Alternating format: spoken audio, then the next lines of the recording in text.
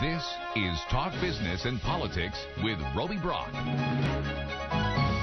During the August congressional recess, lawmakers and the president have had some time to stew over the pending decision tied to a U.S.-Iranian nuclear agreement. Fresh from a trip overseas to the Middle East is freshman 4th District Congressman Bruce Westerman, who now joins us. Thank you for being here. Great to be here, Roby. I'm not going to start, though, with your trip abroad. I want to come back home to South Arkansas in the 4th District. We got some bad news this week from the Camden Super Project with Lockheed Martin. Didn't win the bid, went to Oshkosh, by gosh, and nobody's real happy about that, I don't think, in Arkansas. That was a tough one. We were so excited about it. You know, my background is an engineer, so seeing this vehicle that Lockheed had built, and maybe I was biased in looking at it, but I sure thought the Lockheed vehicle was a better vehicle. But they went through the process, and the Department of Defense selected Oshkosh, much to our chagrin.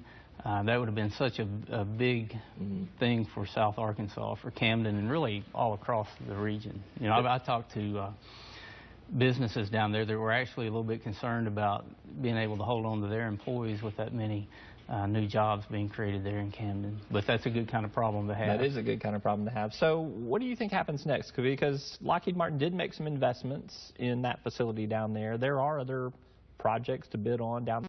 There's a lot more that's in the pipeline that's coming around. Do you think Lockheed Martin's got its eyes on maybe a plan B as a result of not winning this deal? Yeah, Lockheed Martin's a huge company. They've been in the aircraft business for a long time, and I think they're here to stay in Camden, but they do have a phenomenal facility there. The Majority Whip, Steve Scalise, came down last week, I guess it was, and we toured it with Congressman Womack and Congressman Hill, and a very impressive facility. So there's a lot of space for another project to take place there. But they haven't given you any indication of what that might be or if they might do that? No. All right. But you'll let us know if they do.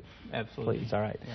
Let's stay in the 4th District and talk timber a little bit. Again, part of your background, too. You've been a sponsor in Congress of the Resilient Federal Forest Act, a co-sponsor of this.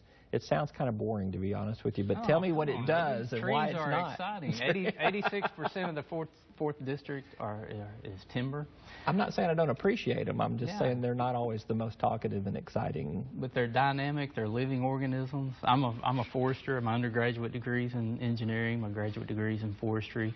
And I'm the only forester in the United States Congress. So the chairman of the Resources Committee that I serve on, Rob Bishop from Utah, he came to me and said, would you be interested in running the forestry bill? And you know, that was just unexpected, but a great honor for me to be the lead sponsor on the forestry bill.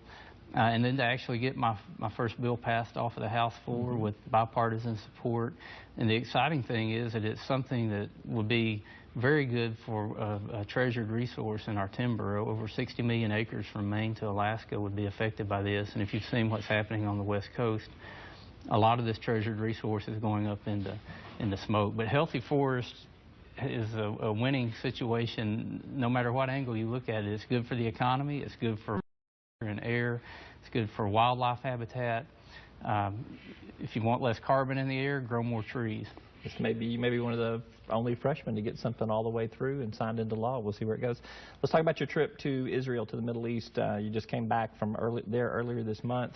What did you learn that maybe solidified your position opposing the U.S.-Iran deal, or maybe loosened your resolve against that? No, it's strengthened and solidified my resolve against the deal that the administration has come up with.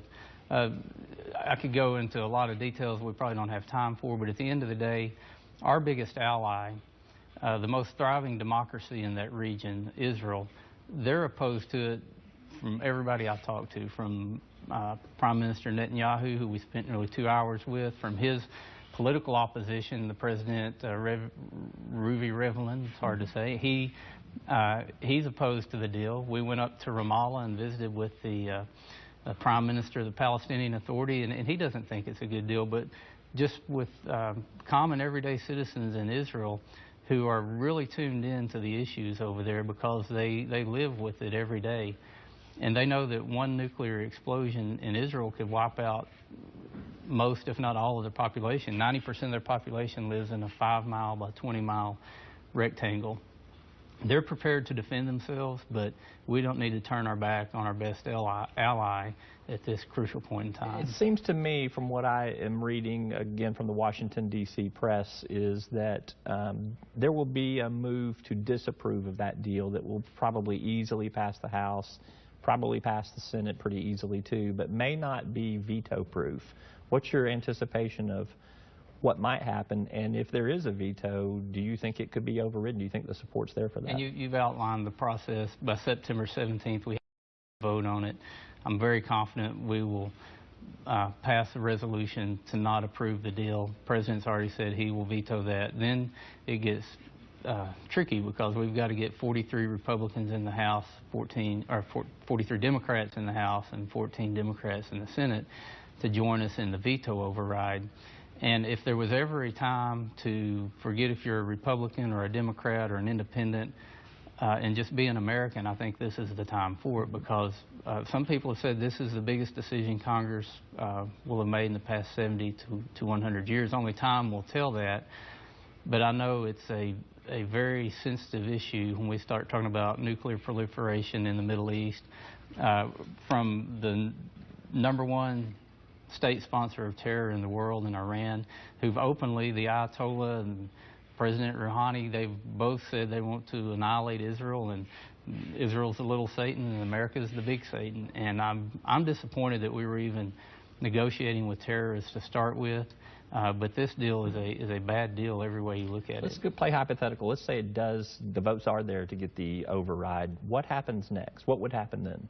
I think we should increase sanctions on Iran. The sanctions are working.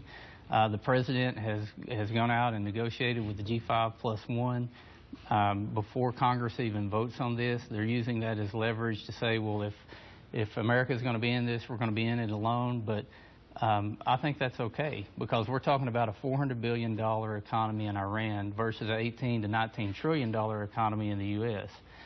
If we impose sanctions on Iran and tell the others who want to trade with Iran that you pick Iran or the United States, I think they'll easily choose to deal with U.S. versus Iran. All right, I'm getting the wrap-up sign here. One last quick question for you. Razorback football season's about to begin. Give me your one-loss picks. What they're going to be? What's the record this year?